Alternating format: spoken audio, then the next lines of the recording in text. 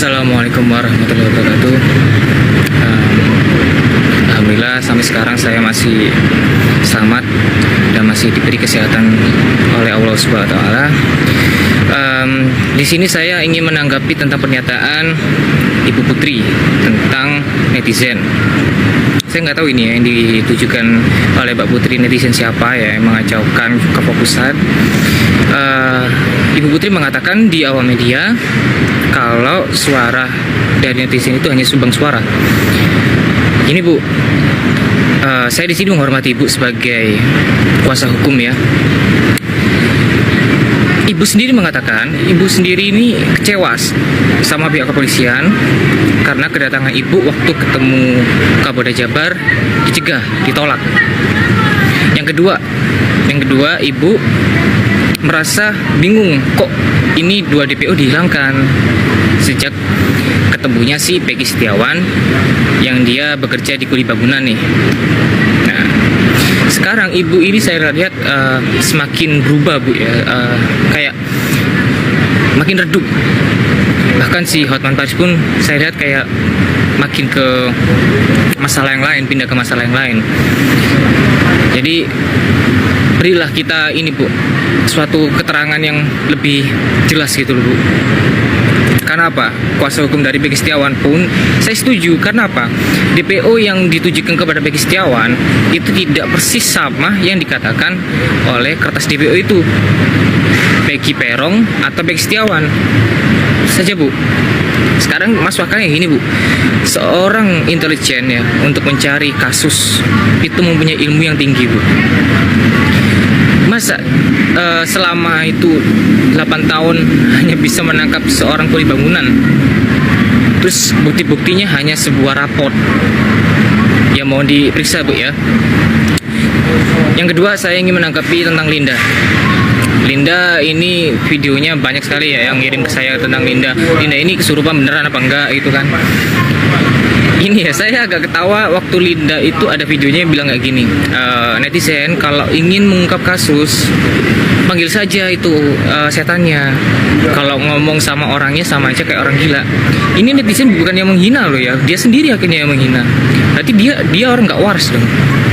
Justru netizen ini menanyakan ke dia atau Kang Deddy Mulyadi menanyakan ke dia karena kita masih waras, kita menganggap dia itu masih waras gitu loh.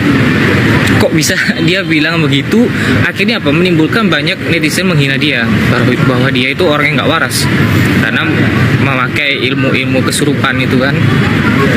Ditambah lagi sama si pengacaranya Saka. Pengacaranya Saka juga menggunakan ilmu kesurupan untuk mengungkap kasus, dan itu makin gak karuan hasilnya itu ya. Lalu saya akan menanggapi video terbaru dari Saka ya yang masuk ke media kalau dia sudah diperlihatkan foto 3 DPO ya. 3 DPO itu Peggy alias Perong, kedua Andi, dan yang ketiga si Dani. Ini saya nggak tahu ya si Saka ini kayak ketakutan atau dia ini tahu atau nggak tahu, itu masih jadi pertanyaan gitu. Seharusnya kalau memang pernyataan Saka itu memang benar, dia diperlihatkan oleh polisi tentang foto 3 DPO itu, polisi seharusnya bisa nangkap tuh. Seharusnya itu aja. Karena gini loh, seorang penyidik itu belum tahu wajahnya itu, mereka itu bisa membuat sketsa gambar, bisa nangkep wajah gambarnya siapa. Nah ini sudah dapet wajahnya gitu ya, kok belum bisa ketangkep sampai 8 tahun ini, itu aja. Dan hasil penyidikan setiap tahun berubah.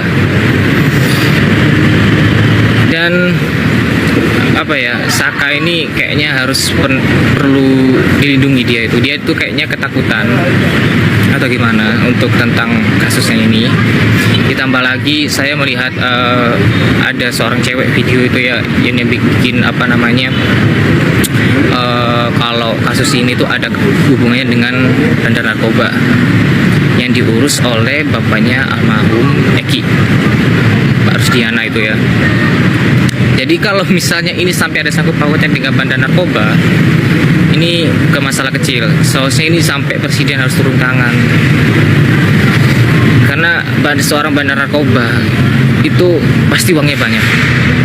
Jadi saya mau di sini tuh pihak aparat atau pihak penegak hukum yang masih punya hati nurani, mohon Pak, kasihan Peggy Setiawan ini Pak. Dia ini hanya seorang kuli bangunan, dia menghidupi orang tuanya, dan dia ini banyak udah bukti dari tetangganya, dari orang-orang terdekatnya, bahkan dari Facebooknya dia itu rajin sholat tuh, Pak. Rajin sholat, rajin puasa, segala macam tentang keimanan kepada Allah. Jadi bukti konkretnya itu gimana Pak? Saya juga agak kasihan sangat dengan Peggy kalau misalnya di pengadilan hukum nanti itu, di pengadilan itu dia dihukum mati, itu ya Allah, sulit saya ini mengatakannya ini. Kenapa? Kok bisa dihukum mati? Karena hukumnya berlapis-lapis Pak. Pertama, dari kasusnya Vina ini kan hukum berencana. Itu satu, hukum berencana, adanya ruda paksa, ya kan? Ada ruda paksa, itu benar-benar hukuman yang sangat mematikan Pak seharusnya Pak. Nah, sedangkan Peggy Setiawan ini ya yang tahu pakar wajah, saya akan lihatlah itu. Ya, saya berusaha untuk membuat video ini sesingkat-singkatnya, hanya untuk menanggapi Ibu Putri, lalu si Linda yang kesurupan, kemudian yang terakhir ini tentang Saka Tatal yang melihat 3 foto DPO yang ada di HP polisi.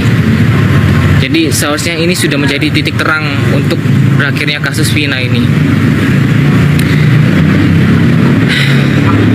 Jadi saya nggak bisa berbuat banyak Pak ya. Di sini ini sebenarnya tugasnya para aparat hukum. Tapi kalau misalnya tidak ada keadilan Pak, wajar aja netizen ini mengeluhkan tentang keadilan sila kelima Pak. Sekian itu aja yang saya sampaikan. Salam elit global.